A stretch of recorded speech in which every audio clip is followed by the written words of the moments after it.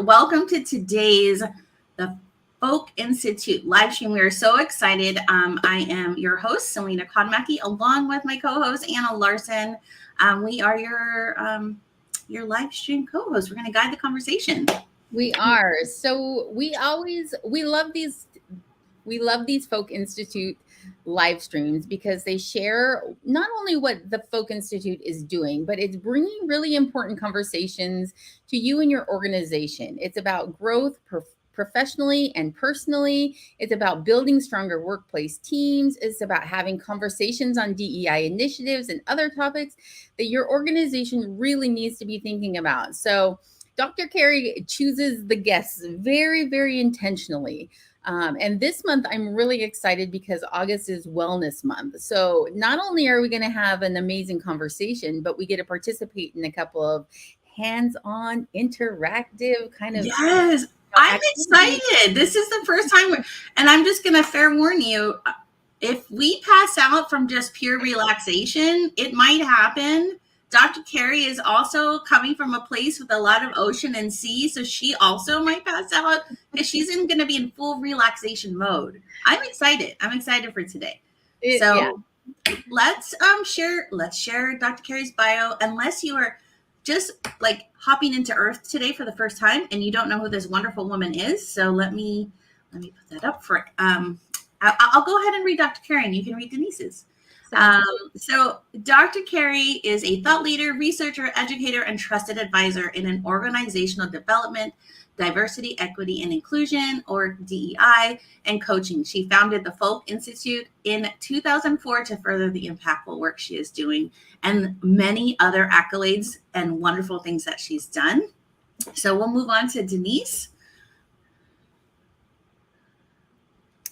So Denise just joined the Folke Institute as our wellness coach and facilitator. We are so excited to have her on board. She's had a lifelong interest in health and wellness and was a former collegiate student athlete and fitness instructor.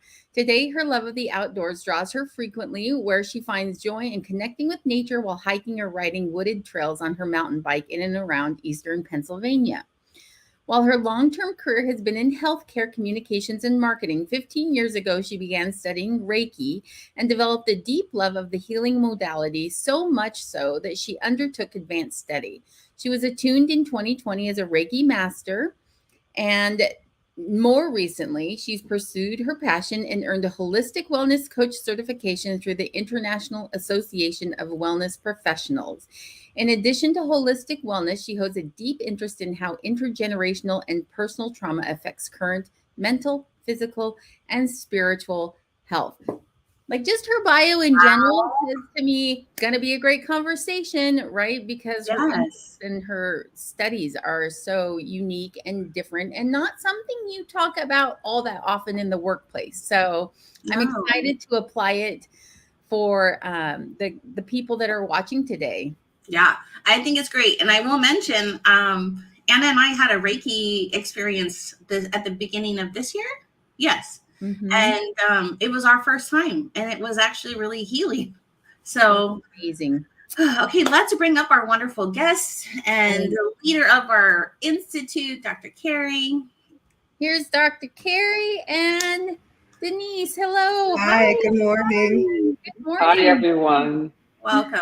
Dr. Carrie, was I right in saying we may fall asleep with the relaxation that's going to hit our body with Denise today?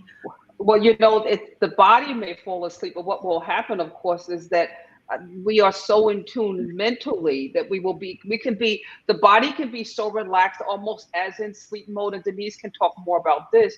And at the same time, you're much more alert mentally and intellectually.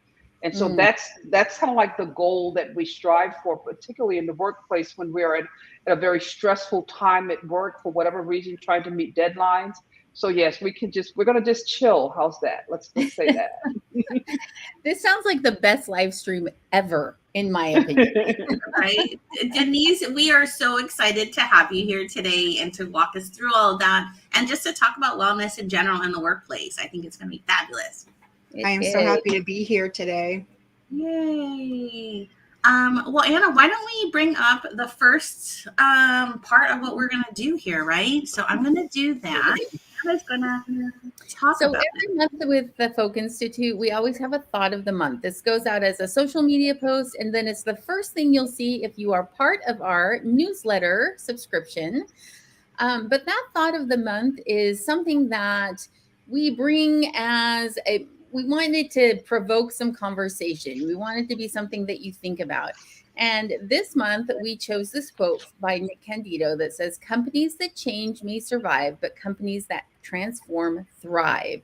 Change brings incremental or small scale adaptations, while transformation brings great improvements that ripple through the future of an organization." So, our question today then is, because August is a month that is focusing on wellness, when I look at this quote and I think about transformation and I think about our conversation about wellness in the workplace, what I want to ask is, how does a transformational movement like having a wellness program in your workplace, how is that going to help an organization thrive? And look, Denise, since you are our expert here on this, let's just direct that right to you from the start. So first, we need to realize transformation comes from within, it individually and organizationally. There has to be a commitment to transformation. You can't just write it down on a piece of paper and put it aside and say, okay, I'm good now. That's just checking a box. So transformation is a deep dive. It's setting smart goals that are obtainable in small increments over time. It's taking the litmus of progress and reorganizing goals as you need to. But it's keeping it real, keeping it authentic, keeping those goals attainable. And, with a focus of small steps over time brings change, both, again, individually and in an organization. Oh, you're muted, Anna. I win today, guys. Usually it's me. It's usually Selena. That rarely happens to me, darn it. Well, I would say I absolutely, yes. I love that you said it's something you have to write down and you have to be intentional about it. Dr. Carrie, what would you add to what Denise said about that? Well, first of all, as you mentioned at the start of this, that we're celebrating August is Health and Wellness Month. It just so happens that I'm also born in August. So clearly my focus on health and wellness is an inside job. Okay. So let's start with that. And what I will say is that when we talk in terms of transformation, I totally agree with what Denise is saying. It has to start from the inside. As you think about, when we think about the Folke Institute, remember, to me, it's like individuals, if we talk about organization, individuals make up the organization. Individuals make up teams, and the teams make up the organization. So again, going back to what Denise said, the transformation starts with the individual. It's that self-awareness. And so when you think about the leaders of organizations, one of the things that Kenji Yoshimo, who's written a book called Covering, and what's fascinating about what he says is that we're looking for authenticity in leadership. So let's start with the individual leaders, if you will, of organizations. And when he talks about covering, what he's saying is that's a desired trait where people are willing to bring their entire selves to the workplace. Because what has happened and what we were taught up to this point was that there was only a portion of you that we're interested in the organization. Show up and do your job. We don't care what's happening to you mentally, emotionally, physically, any of that. All we know is we want your brain and we want you to come in and do the work. That's no longer going to hold true. So when we talk about health and wellness, and we're talking about transformation, we're talking about the entire person. Okay, the entire person being comfortable enough to bring themselves into the workplace, because if you go back to the quote, that's when real change takes place, because that's the transformation. Everybody's showing up regardless of what their background, gender, ethnicity, political preferences, all of that does not matter. I can bring all of me to work and be embraced and accepted for who I am. So that's what I would say to that. Beautiful. And would you say, I mean, I'm just going to assume here, not assume, I mean, I'm going to just throw in here then that a wellness program is part of that authenticity, allowing people to focus on their own personal health and well-being, creating that individual strength, right? Like Yeah. becoming a stronger person, both mentally and physically. Because I think a wellness program touches on both of those things. It's not just one or the other. And generally, I think that's why and Denise, you can speak to this as well. That's why we usually say health and wellness, Wellness. because the health, of course, is when you think in terms of like the total individual, to me, mental, emotional, physical, as well as spiritual component. You know, Yeah. that having that balance, and leaders, first of all, focusing on themselves, showing up as that. Okay, because again, remember, leaders set the tone for the organization. So when you can say, and I'll just say something really interesting for me, like this is the first time in many years that I have officially said I'm taking a week's vacation. And because you know, those of you that know me, I believe in teaching, practicing what I teach. And so what was fascinating for me about this was to be able to actually officially say, I'm on vacation last week. I am taking vacation, and as a leader, being willing to, so that what are you saying to the folks that report to you or on your team? Wow, that's something that I should be able to do too. Because what had happened up to this point, I've worked in organizations where you were looked at as you were honored because you accumulated vacation until you lost it. This is what we used to do. You could, oh, I had 3 months, but I couldn't take it, so I lost it. Or I've heard leaders say, well, why is this person taking vacation? We give it to you on paper, but we have no expectations that you're going to take the vacation because you're so committed to the organization. That's not health and wellness. That's what we're talking about changing now. That's exactly true. Health and wellness together is physical, mental, emotional, social, spiritual. You're looking at your relationships, your job, your finances, your spirituality, your purpose, all of that together as an individual. We want to show up as our best selves at work. We don't want to be disengaged, but sometimes, people really get disengaged, and wellness programs are a great way to re-engage ourselves as humans, but also re-engage in our workplace. Some of the other benefits of creating a healthy workforce include, hiring and retention. People are happier, the morale is better. People don't tend to take so much time off of work when they're feeling well, and also feeling well. Physically is great. Our physical bodies are really important. They transport, the soul that we carry around, but also, who we are. But we also mentally and behaviorally really need, we need a lot of support and engagement in our lives. That includes, our personal people, but also having those connections at work. And wellness programs can help, create more trust in your fellow colleagues, as well as increased and improved connections with other people. And also on a fiscal sense, for a company, healthier and happier employees save the company a lot of money over time, and also create better efficiencies. When you have empathic and empathetic and content people working together, your efficiency is absolutely better. There's data out there to prove that. When you have leaders who are empathetic and engaged in their teams, they tend to be more functional and healthy, and their results prove that. Mm-hmm. I think this segues really nicely into just kind of defining that the question we want to ask you, Denise. And there's so many thoughts of just my time in the restaurant industry where you were not encouraged to take your vacation. If you took a vacation, you were made to feel a little guilty about it. There definitely wasn't any wellness programs in place. Man, that would have been such a change. But let's ask you that question, Denise. What is holistic wellness in the workplace? Like, how can we define that for leaders that don't know what this is? So holistic wellness, again, is individual, and it's our mental, our physical, our behavioral well-being, how we navigate through the world and what that looks like.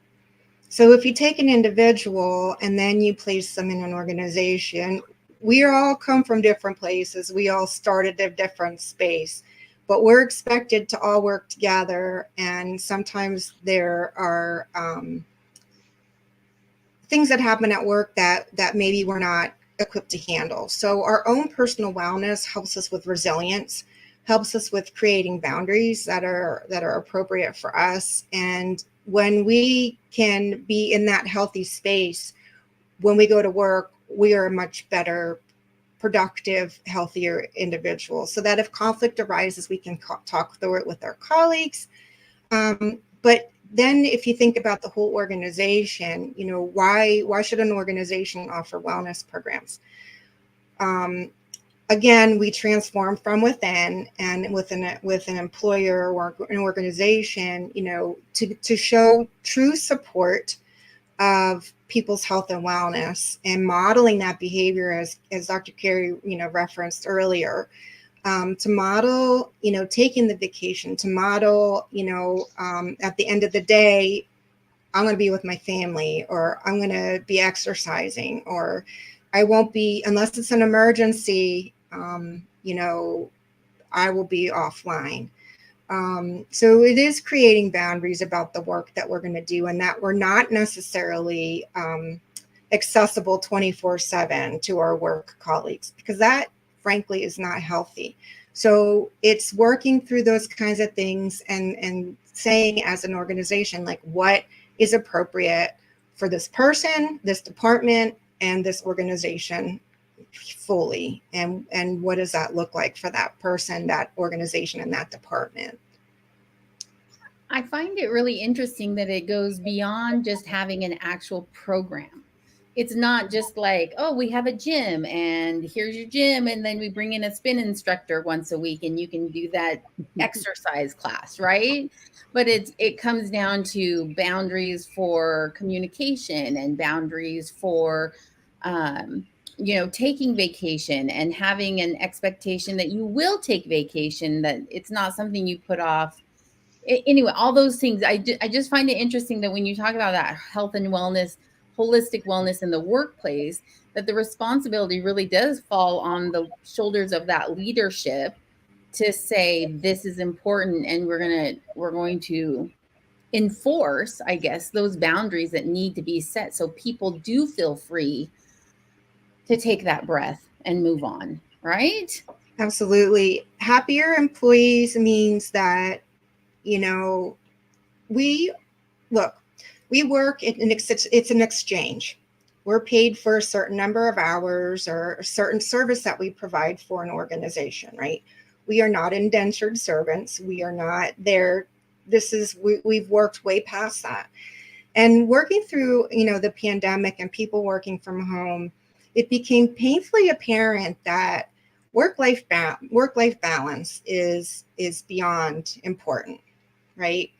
So that's part of, you know, the things that people are working toward, and really having more of a balanced life so that they can, you know, have a wellness outside of work and have a life outside of work.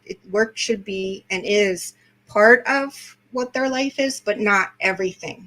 We have other relationships, we have our own health, we have things outside of work. So part of, you know, leadership in an organization is allowing those boundaries to take place, encouraging people to be healthy and set some boundaries for work so that they're not codependent with their workplace. We're gonna pause in just a minute and do a 1-minute breathing exercise with Denise. But before we do that, I want to ask Carrie, when you are in organizations and talking to leadership, and they talk about, oh yeah, we do this, do you find that to be something that people really work towards, or is it kind of like there's an expectation you're still not going to take all 2 weeks of your vacation time that you've accrued or more, in that sense? Like, when you're talking to leadership, do you find this to be something that they're embracing or something they're struggling with, that idea of holistic wellness? It's interesting. We are moving in a direction where there's more and more leaders embracing it. And I say that because, and the pandemic, something that Denise mentioned earlier, the pandemic just really forced us to accelerate the awareness and the acceptance of having boundaries and finding balance, because people are so incredibly challenged. Right now, when you look at organizations and people, the number of people that do not want to return to the office, it's like they got off of this maze, if you will, or this proverbial wheel, and they realized, oh my gosh, there's a life. I could do work and I can also have a life, and they had to figure out how to do that. So okay, now it's time to go back to the office. So many people were like, no, I can't go back to that. So it has thrust this leadership, if you will, into one of the things that we're teaching now is navigating, leading, and managing the new workplace. Mm-hmm. And part of that is being able to acknowledge and recognize. So I think it has done a good thing for us in the fact that more and more leaders are now paying attention and acknowledging and recognizing. And now we can talk about financially how much you will benefit from it and all of these other things. So it's a progress. It's a work in progress right now. That's what I would say. Yes. Yeah. I love hearing that, right? No, as long as it's always working in progress and not stalling and not moving. Yeah. Yeah. Okay, so let's take a moment. We want to take a moment and do a breathing exercise that Denise is going to lead us in. Denise, take it away. Tell us how we're doing this. What did we do? Okay, so this technique is called box breathing. And the best way to do this is if your both feet are on the floor flat, your legs are not crossed. You can put your hands in your lap and you can close your eyes. So I'm going to explain it first and then I'll take you through it. So on a count of, I'll do 10 today. We're going to do a deep inhale. And then I'll count to 10 while you hold your breath. And then I'll count to 10 as you exhale. And then I'll count to 10 as you hold your breath. And I'll take you through that twice. And we'll just kind of see how you feel once we're done. This technique fools our body into a meditative state. So if you're ever anxious or upset and you do this technique, you'll calm down very quickly. It helps people get to sleep at night. So without further ado, let us start. All right, so take a nice deep breath in. 9, 8, 7, 6, 5, 4, 3, 2, 1, and hold it. 9, 8, 7, 6, 5, 4, 3, 2, 1. Exhale. 9, 8, 7, 6, 5, 4, 3, 2, 1. Hold it. 9, 8, 7, 6, 5, 4, 3, 1. Inhale. 9, 8, 7, 6, 5, 4, 3, 2, 1. Hold it. 9, 8, 7, 6, 5, 4, 3, 2, 1. And exhale for 10. 9, 8, 7, 6, 5, 4, 3, 2, 1. And take a deep breath in. And exhale. And let's check in. How are you feeling? Well, I feel amazing, actually. Dr. Carrie? Actually, it feels wonderful. One of the things that we don't do enough of is breathe and consciously breathe. How many times do we actually, throughout the course of the day, that we actually stop and think about, how am I breathing? And I was at a retreat last year, and I went through the entire breathing workshop. And what I came away with that thinking is like, wow, this is like the most inexpensive medicine that you could possibly have. Breathing. We don't even think about it like it is just such a joy to be able to do it. And this, of course, is just a good reminder in the middle of the day, Denise, to just be able to stop and do that. It takes all of a minute, 2 minutes at most, and it's amazing. So I feel even better than I did when I started, and I was feeling awesome then. So good. Yeah. So, and one thing about breathing is we think breathing's from the lungs up here, but breathing's actually from the belly, way down here. Our diaphragm is what helps us breathe. So when you want to really reduce stress, breathe into your deep belly, not into your lungs necessarily, but into your belly, and expand your belly really big. And then when you exhale and that belly drops, that's really where the magic is. If there was anybody in our listening audience that practiced that with us, drop in the comments what you thought about that breathing exercise. Did you do it with us? I hope you did, because it really was. I will say, the first time I breathed into my lungs, and then I almost felt like I had to cough, and I was like, so I resonate with Carrie's comment that, wow, you don't breathe deeply very often, like just shallow breaths. You're coughing up the cobwebs from the down deep, right? Like, okay, you need to do this more. Getting all of that stress, it was all stress cobwebs. Now they're all gone.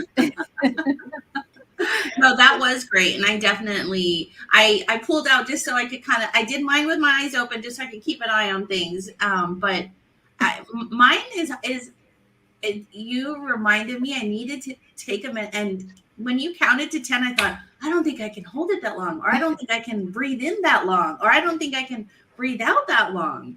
So that second round, I was like, just chill, Selena. Nothing has to be so fast.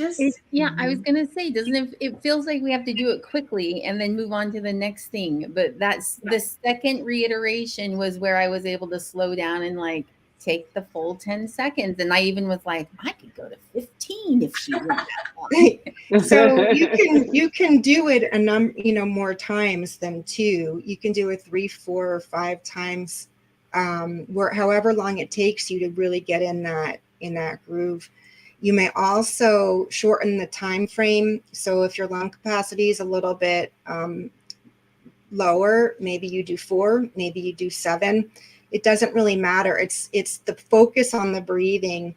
Maybe you start with 4, do it twice, and then move to 7, do it twice, and then do to 10 if you're able to do that. So it works for everyone who's breathing on the planet, right? So you just adjust it as you need to and as you're feeling and what you're called to do.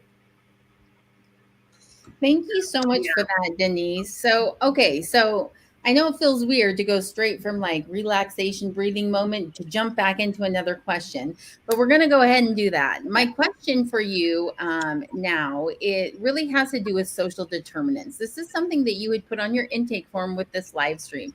I had to look it up. I wasn't really quite sure exactly what that meant, but let's talk about social determinants, what they are and how they play into wellness in the workplace. So social determinants of health are interesting because we all come from a place where we assume everybody else is just like us. They know what we know, everybody's the same. But we know data, research shows us that's not true. Health disparities and social determinants are usually tied to things like, did you grow up in poverty? Did you grow up in a real urban area or a real rural area? So the things that we were born into, that affect health outcomes and our personal health. So when it comes to health, we don't all start in the same place at all. First of all, everyone has different genetics. Race, ethnicity, biological sex, gender identity, sexual orientation, adverse childhood experiences, exposure to violence, disability, homelessness, veteran status, what we've eaten our whole lives. What did we grow up eating at home? Also, all of our access to primary care and preventive care looks a little different from person to person based on all those things I just talked about. And if you think about it, based on all those social determinants, it changes our mindset. We come with a different mindset about our health, and we come with a different mindset about our care providers. Sometimes folks, experience discrimination with their care providers, or they don't get care that's targeted for their gender, their mental gender, their biological sex. LGBTQ T folks sometimes don't get, care that's truly appropriate for them. So when we're coming from a space of health, we all come from a different place. Also, we also have different health literacy abilities. So depending on how you grew up, I was really lucky. My mom, there were 4 kids in my family, but my mom, every 6 months we were at the dentist. Always, every 6 months we had dental care. When families grow up and maybe they didn't have dental care, that wasn't part of what their parents could do for them, or maybe they didn't have regular checkups or screenings. So our health literacy, how we understand health, how we pursue our own health might be different.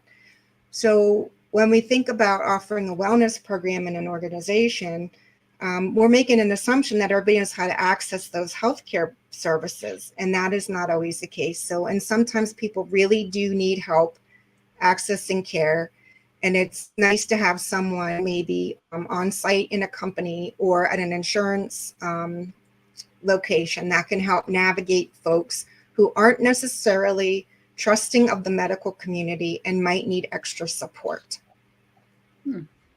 Okay. I feel like social determinants are a lot of what you talk about, Dr. Carrie, when it comes to learning and unlearning, right? Where we come into some place with an expectation, and when it comes to wellness in the workplace, what Denise was just saying is that it's another unlearning process that we have to address, so that people are coming from the same starting point, I guess. Yeah, it's interesting because it also dovetails back to what we talked about last month when we talk about neurodivergent. It's like, what everything that we are dealing with in organizations right now, and certainly when we talk about social determinants, we're talking about everybody is the same. There's a normal way that people are. They think they come from a background that's similar. The assumption is that we're all coming from the same place. So what Denise is talking about, and again, as a wellness coach, a wellness program in an organization, is being able to acknowledge that that is not the case at all, that there is no norm that everyone fits into. In fact, when we talk about the whole idea of covering, going back to Kenji Yoshimo, who from a book I just read recently, is fascinating because what people started doing that did not fit into what was considered the norm was you would cover, you would pretend, and so now you're not bringing your entire self to work.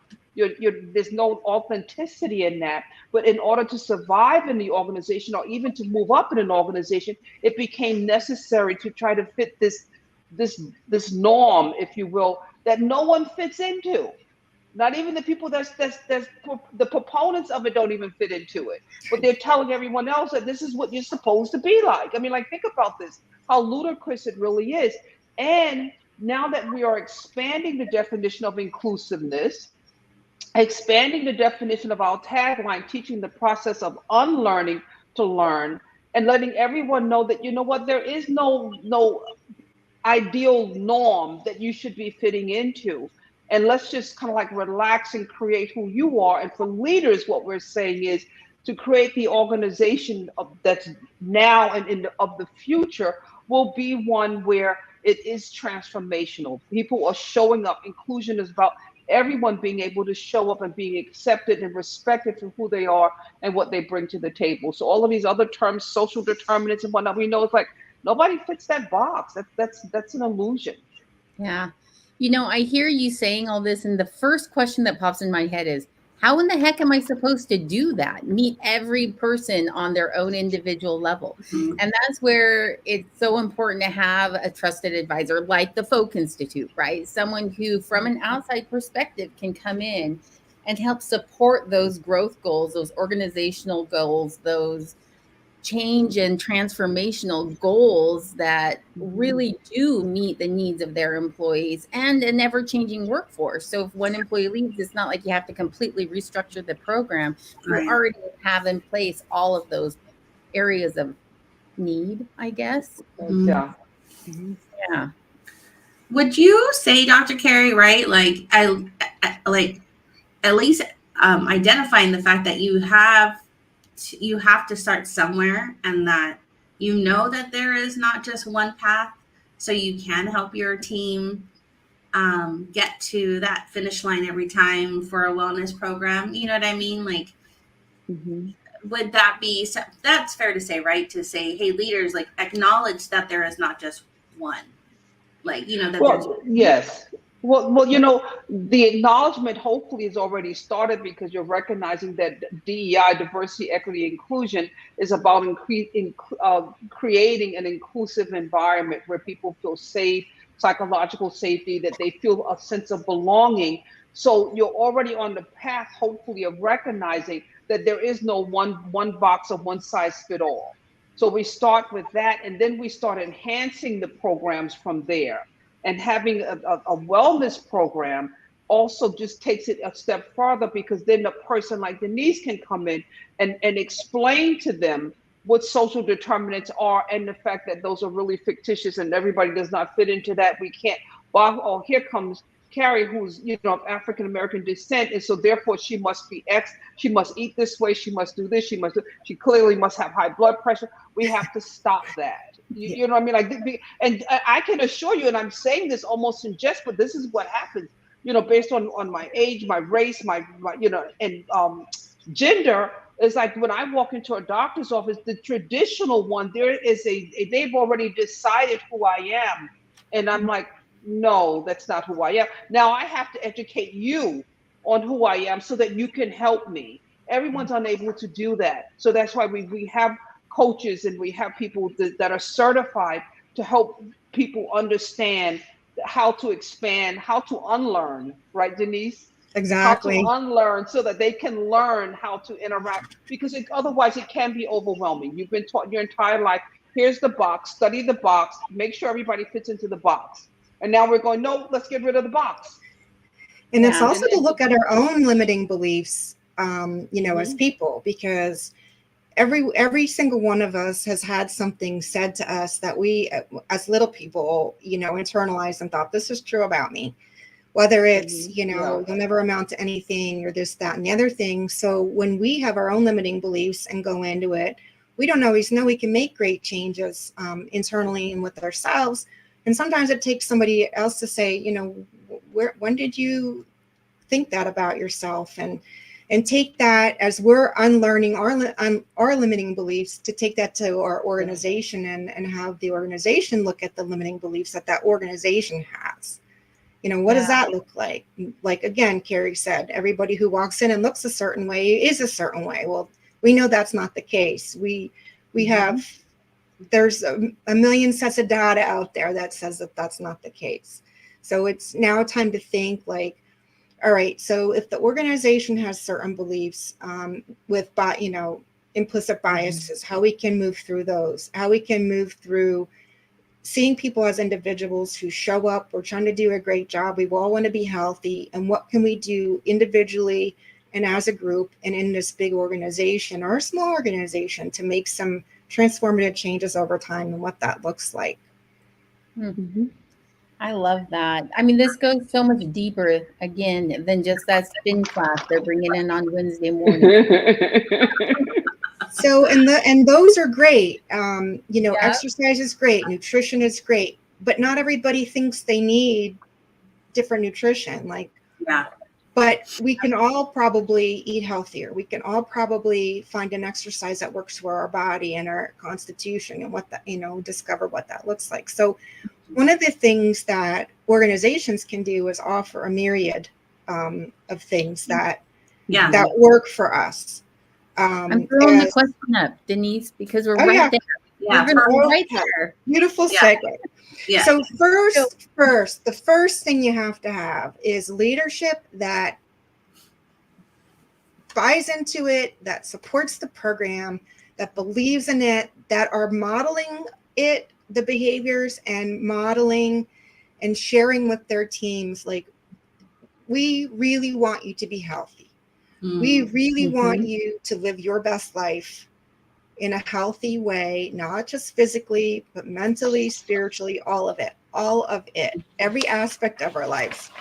And by doing that, the leaders can do a deep dive and a dig, again, into their own implicit biases and their own limited mindset. So that's the really first part. Sometimes it looks like, a small group, a couple of people who band together, whether it's the HR department, whether it's another department, but that really totally take this on. Like, this is their baby.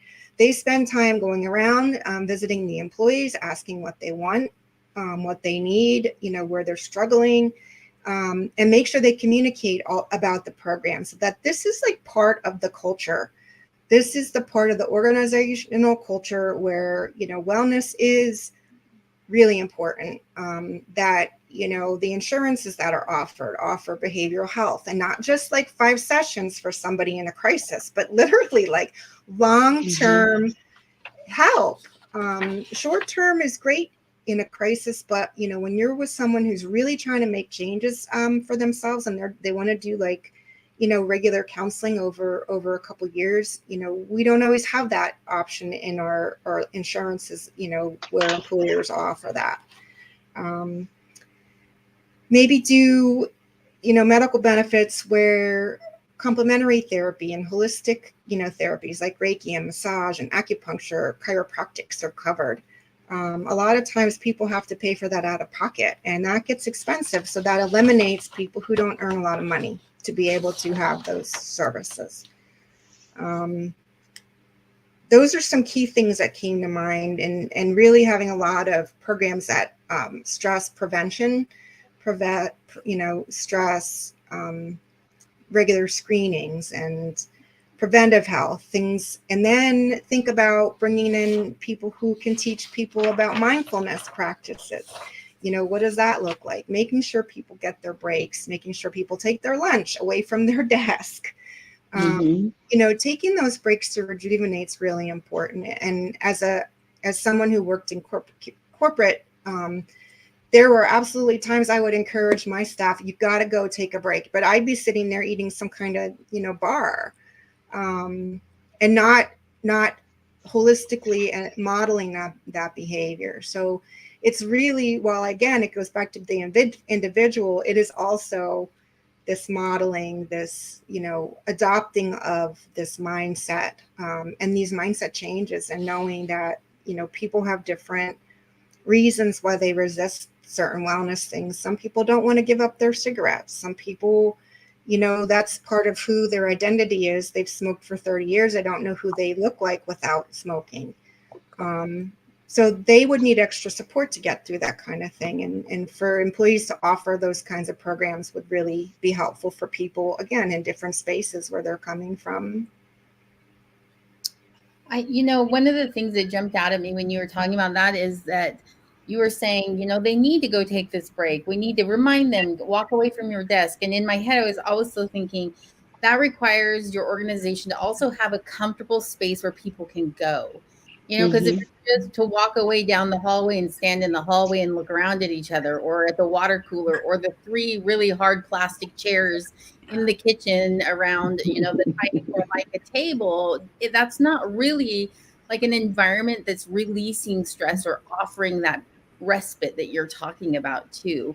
There's so much that goes into it. I love this conversation because it really does, it forces a big picture down to that individual viewpoint. I just want to tie this back to something that Denise was talking about earlier too.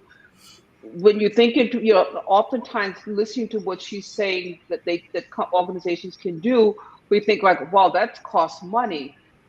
The money, if you look at the research, and there's more research to be done, even as we speak, research is happening where the money that organizations save as a result of low turnover, sick illnesses, and productivity. When we measure productivity in terms of how much more productive people are, it was in Europe and Sweden when they started the 4-day work week and found that people were getting more work done in a 4-day work week than they do in a 5-day work week. That is money. This is my finance hat with the undergraduate degree in finance, right? Because this is one of the things I talk to organizations about is it's not like now you need to put out additional money. In fact, you're going to divert money from one area to another, and ultimately you're going to find that you're even saving more. So because of the productivity and everything. So I think that's real important to tie those two together right now. Yeah. Absolutely. I think and profitability is one of those big hot button topics for the reasons why people want to make transformative change within their organization. So that's a great point to bring up. Yeah. Okay. Well, I could talk about this topic and bring up all these things from I'm 48 years old almost, and I can just tell you everything that Denise and Dr. Carrie have been talking about. I think about how it would have been different had they implemented some, and I agree. I was in management. If we had implemented something like this, the turnovers, the constant orientations for new hires, you know what I mean? The energy would have been spent more elsewhere than repeating ourselves on a hamster wheel of the same information with new people that are in and out. So it totally makes sense. Totally. Yeah. So we're going to be closing out this conversation with a guided meditation by Denise. Again, don't leave. This is going to be about 4 minutes of your time. If you participated in the breathing exercise, amplify that by 4. And I think this is going to be fantastic. So Denise, I'm going to just hand it back to you and say, take it away and let us know what we're supposed to be doing. Okay. And it's really easy because it builds on the last one. We're going to sit, like we are, with your feet flat on the floor. Do not cross your ankles, with your back straight but relaxed, and your hands on your lap. And we're going to start with your eyes closed. We're going to take a really deep breath in and exhale. Remember, deep breath in from your belly. One more. And exhale. And allow all energies non-serving, no longer yours, to release through your feet, down, deep into Mother Earth. And take a deep breath in. Everything you need is there for you.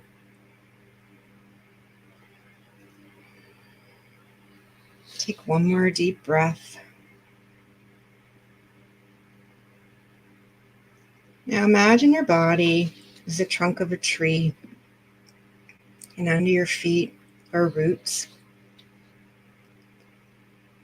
Visualize the roots that hold your tree into the ground. What do your roots look like? Are they long? Are they short? Are they healthy and robust, or scraggly and short? Are they balanced on each side? Are they balanced front to back? Are they bringing in the right amount of nutrients for you? Or are you feeling unsatisfied? Be curious. Take a deep breath and exhale. Now imagine your roots changing, deepening into lush and balanced connectors, providing you with beautiful nutrients from the soil. Breathe deeply into that soil and feel new energies coming through your revitalized roots. Remember, you are deserving of rejuvenation and optimal health. You are safe, protected, and loved. Take a nice deep breath in and exhale. Now, scan your trunk.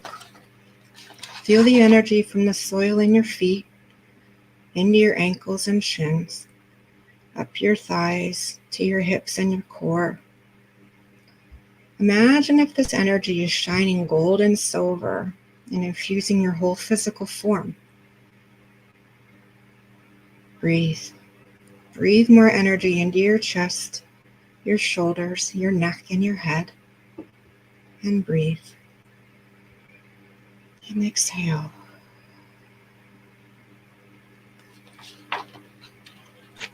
While you were in this space of silver and gold, Imagine that you have tree branches from your trunk. Are they long? Are they short? Are they lush? Are they broken? Are they balanced front to back? Are they balanced side to side?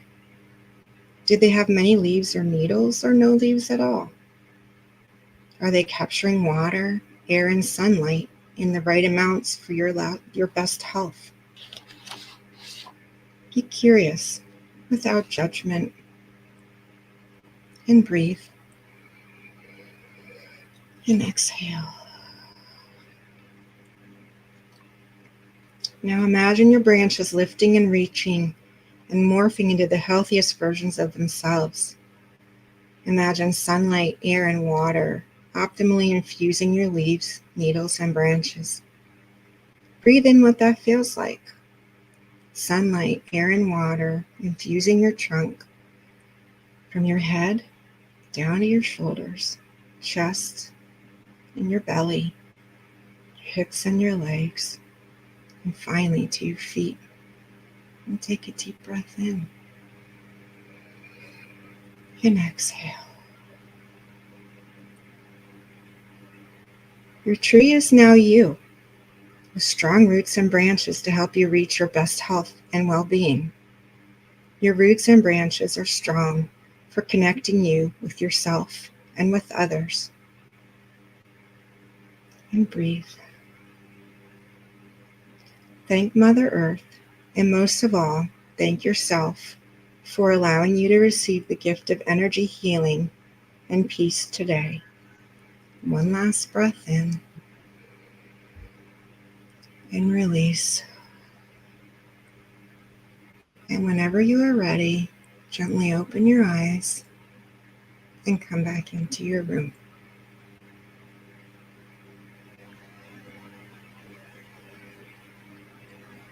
Thank you.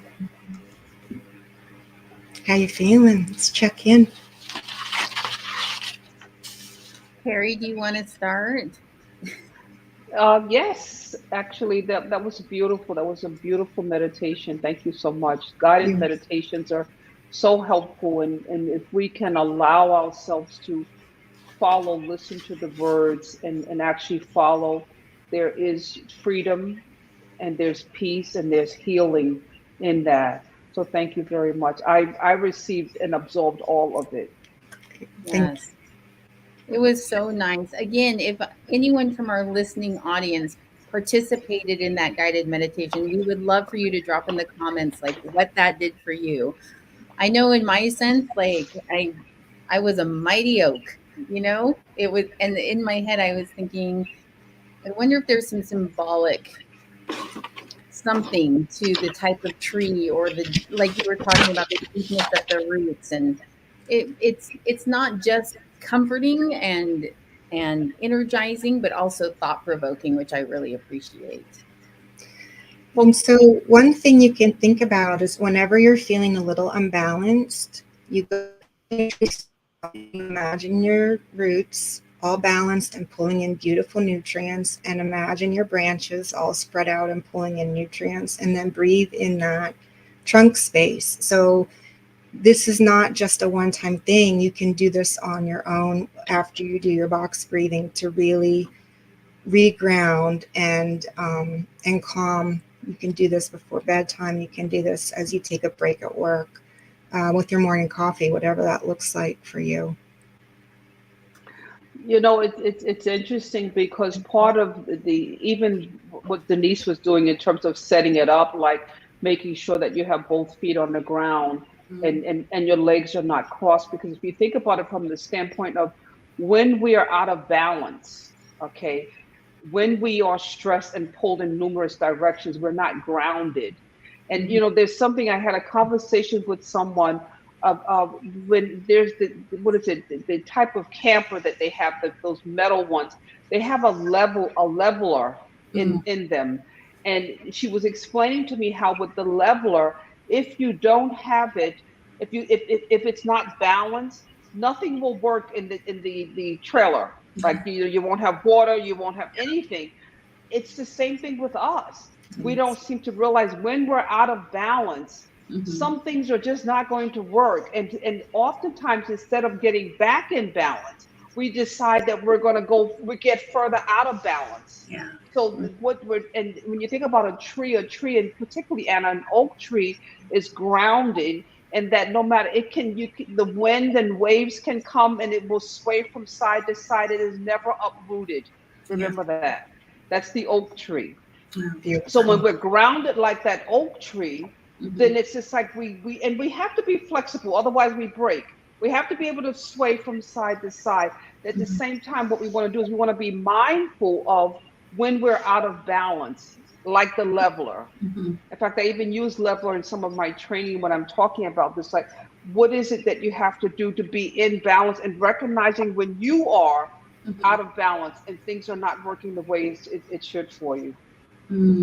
I feel like that guided meditation was a great way to do that also, because even when you asked your questions, Denise, when you said, are your roots going from the front and the back? Are they like, I was like, no, they're just coming out of my toes. Why do I have right? That was great. But it was one of those things where I thought, and that's that out of balance where, you know, for me personally, then it's more of a self-introspective, like, is something going on where I feel out of balance in that sense? Yeah. Anyway, I really enjoyed that. No. I feel good today. Anna's going to be like spitting out all kinds of work today because she's like, I am good. I am feeling fantastic. You know? That's the whole point of like having a program like this in place. And you guys, 5 minutes total today of what we just did. I think that's a very doable time that you can give to yourself if you're, your own business owner, but just 5 minutes in your own business, investing in your team, that could probably put out, like you said earlier, Dr. Carrie and Denise, right?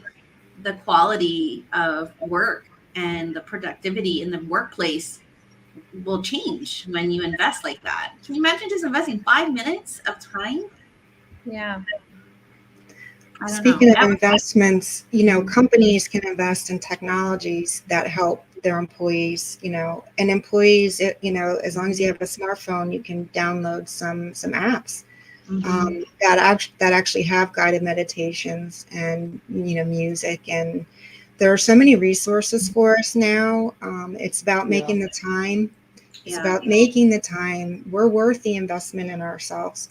So a lot of us grew up thinking maybe we weren't worthy. And so that's maybe a limiting belief that people may have that they need to overcome to feel like they're worthy of being healthy. So that's some other, thought things and journaling things like that for people was also another helpful tool. Yeah, I love that. I do too. When we started this conversation, one of the things Selena and I talked about is that sometimes the word wellness just makes people feel uncomfortable. Like they think, they think the word woo-woo comes to mind sometimes, or that's not professional. I can't be professional and be doing this, but you can. And it's such a hugely important part of that holistic workplace wellness that we were talking about earlier, where it's not just about the exercise program and eating right and mental health component. It's everything from where you were from, how you were raised, who you are, what you're saying, your self-limiting beliefs, all those things that we have to start to unlearn to truly become well. No. No. This has been so lovely, Denise and Dr. Carrie. Again, I'll be honest, right?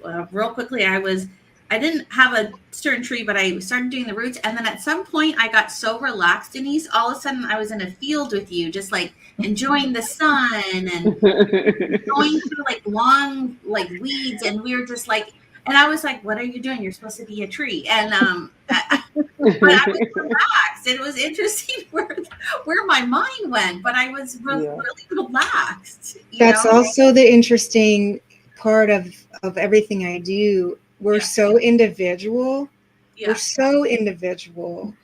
What resonates for some maybe won't resonate for others, but it's okay to have that wiggle room as long as you are feeling grounded and as long as you are feeling free inside, because we are sovereign. Even though we're in these bodies, we're sovereign beings. So to be able to, you know, in spirit kind of take a little journey is fun too, and that's part of it. It's that's the beauty of all of this. There's no wrong answer. There's no wrong answer. Yeah.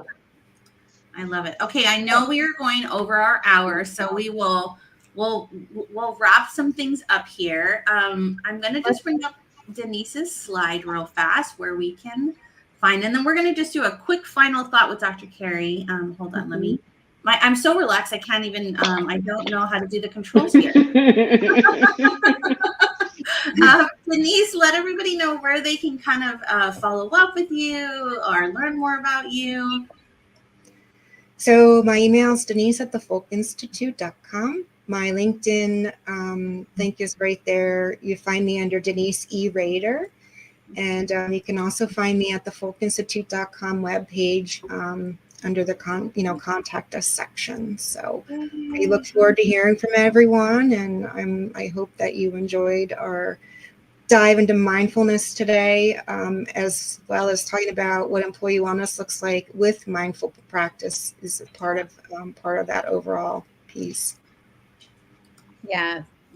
And then Dr. Carrie, if you could just expound a little bit about what it is that through the Folke Institute that Denise is offering and how it really can support your team and your workforce within your organization. Really, what is the core about what we are talking about today? What is it going to do?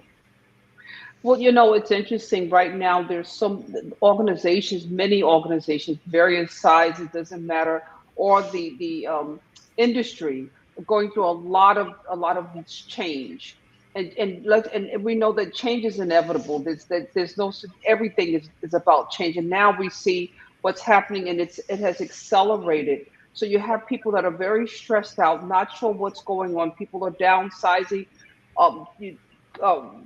just all of the things that's happening within organizations. So one of the things that we do a lot of large scale change initiatives with various groups and organizations. So working with them, Denise being able to coach them one-on-one, as well as offer training for the teams and as well as groups within the organization as part of the overall package that we offer when we talk about large scale change initiatives in organizations. And at the end of the day, it goes back to inclusion, creating an environment of psychological safety and a sense of belonging.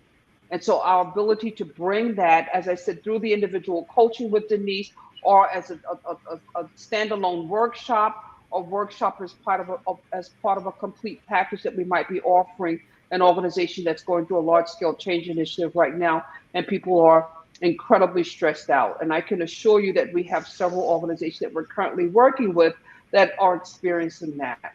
When people are, because if you start to lay people off, then others are wondering, am I next? So now they can't focus on the work, you know. And so just getting them to that place where they can get grounded and recognize and acknowledge the fact that change is the only constant. So that's what we're teaching too. I love that. If you have enjoyed today's conversation, if you want to hear more from Dr. Carrie, from Denise, from the Folke Institute, all of the consultants and facilitators that we have on staff that cover a huge array, we encourage you to subscribe to the Folke Institute newsletter. And I have dropped that information into the comments so that if you are interested, you can just sign up right there, and it just comes bi-monthly. There's only 2 newsletters per month. So we hope that you join us at least via our newsletter and then at all of our upcoming live stream presentations. Excellent. Thank you, Anna. Thank you, Selena. And Denise, as always, it's a pleasure. Yes. Likewise. Thank you, ladies. Thank you so much. Fabulous. Thank you, Denise, again. And we'll catch you next month. Bye, everybody. Okay. Bye-bye.